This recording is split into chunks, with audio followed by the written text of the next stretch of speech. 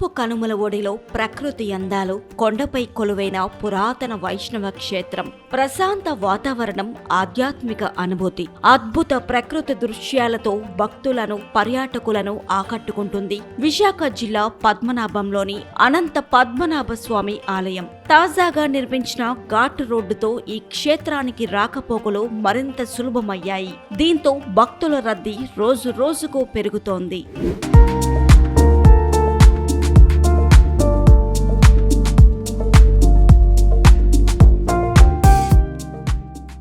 విశాఖ జిల్లా పద్మనాభం మండలంలోని కొండపై వెలిసిన శ్రీ అనంత పద్మనాభ స్వామి ఆలయం ప్రముఖ వైష్ణవ క్షేత్రంగా గుర్తింపు పొందింది. ఆదిశేషుడిపై శయనిస్తున్న మహావిష్ణువు రూపంలో స్వామివారు భక్తులకు దర్శనమిస్తారు. ఆరోగ్యం, ఐశ్వర్యం, కుటుంబ శ్రేయస్సు కోసం రాష్ట్రం నలుమూలల నుంచి భక్తులు ఇక్కడికి తరలి వస్తుంటారు. ఇప్పటి వరకు కొండపైకి చేరుకోవాలంటే సుమారు 1300 మెట్లు ఎక్కాల్సి వచ్చేది.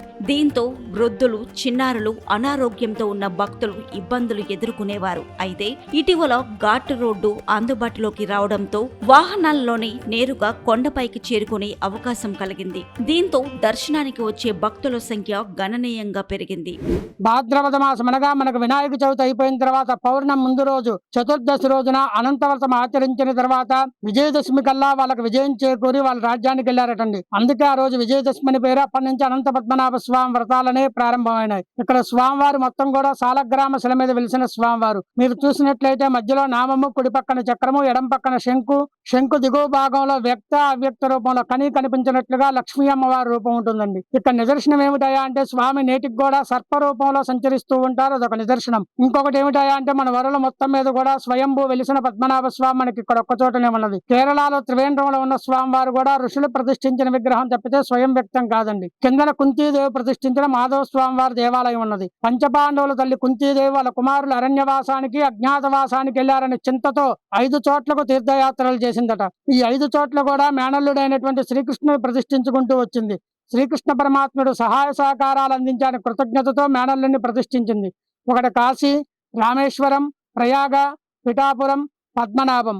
కాశీలో బిందు మాధవ స్వామి, ప్రయాగాలో వేణుమాధవ స్వామి, రామేశ్వరంలో సేతుమాధవ స్వామి, పిఠాపురంలో సుందర మాధవ స్వామి. ఇది చివరి క్షేత్రంగా శ్రీకృష్ణుడు కోరిక మేరకు మేనత్త పేరు కుంతి అని వచ్చిన తర్వాత మాధవుడు అని వస్తుందండి. ఈ 5 క్షేత్రాలను కూడా పంచమాధవ స్వామి క్షేత్రాలు లేదా కుంతి మాధవ స్వామి క్షేత్రాలు అంటారు. వీరి సామ్రాజ్యానికి వెళ్ళిపోయిన కొంతకాలానికి మన విజయనగరం సామ్రాజ్యం, పోసపాటి గజపతుల సామ్రాజ్యం ఏర్పడిన తర్వాత విజయనగరం రాజావారి కల్లో స్వామివారి దర్శనమిచ్చి పలానా అనంతగిరి మీద వెలిశాను, దేవాలయం నిర్మాణం చేయమని ఆజ్ఞాపించగా మన విజయనగరం రాజావారి మొత్తం కూడా 104 దేవాలయాలు నిర్మాణం చేశారట. ఆ 104 దేవాలయాలు ఇక్కడ 3 దేవాలయాలు ఉన్నాయి. కొండమే స్వయంభూ అనంత పద్మనాభ స్వామి, కొండ దిగువన కుంతీదేవి ప్రతిష్ఠించిన మాధవ స్వామి, మెట్లెక్కే మార్గంలో నారాయణేశ్వర స్వామి శివాలయం ఉన్నదండి. శతాబ్దాల చరిత్ర కలిగిన ఈ ఆలయం స్థానిక పురాణాలు, వైష్ణవ సంప్రదాయాలతో ముడిపడి ఉంది. ఆలయ నిర్మాణ శైలి దక్షిణ భారత దేవాలయ సంప్రదాయాన్ని ప్రతిబింబిస్తుంది. వైకుంఠ ఏకాదశి, బ్రహ్మోత్సవాలు, ప్రత్యేక విష్ణు పూజల సమయంలో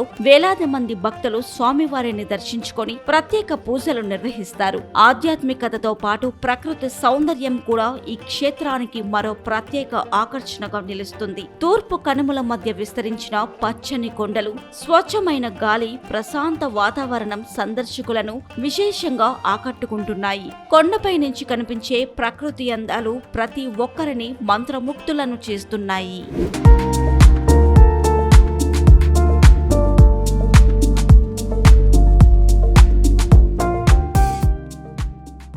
భక్తి, ప్రకృతి, చరిత్ర ఈ 3 ఒకే చోట ఆస్వాదించాలనుకునే వారికి పద్మనాభంలోని శ్రీ అనంత పద్మనాభ స్వామి ఆలయం ఉత్తమ గమ్యస్థానంగా మారుతుంది. కొత్త ఘాట్ రోడ్డుతో ఈ దివ్య క్షేత్రం మరింత మంది భక్తులకు చేరువవుతూ ఆధ్యాత్మిక పర్యాటక కేంద్రంగా వేగంగా గుర్తింపు పొందుతోంది.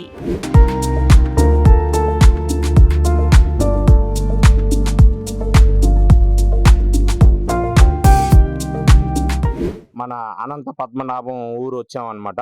ఆ ఊర్లో మాకు తెలిసింది ఏంటంటే ఇక్కడ మహావిష్ణు పద్మనాభం అవతారంలో ఉన్నారని తెలిసింది. మేము ఈ రోజు దర్శించుకున్నాం. కింద దేవాలయం ఉంది, కుంతిదేవి స్థాపించిందని పంతులు గారు చెప్పారు. చాలా చాలా చక్కగా ఉంది. ఆ పైన పైకి వచ్చామండి, 3 కిలోమీటర్లు కింద పైన నుంచి చక్కగా దర్శనం చేశాం. దేవుడు నామం, శంకు, చక్రం ఈ 3 ఉన్నాయి. చాలా చక్కగా దర్శనం, మాకు తొలి దర్శనం అన్నమాట. ఫస్ట్ వచ్చాం, చాలా బాగుంది, చాలా అనుకూలంగా ఉంది. ప్రతి ఒక్కరు మన విశాఖపట్నంలో ఇటువంటి మందిరం ఉన్నందుకు మన అదృష్టం.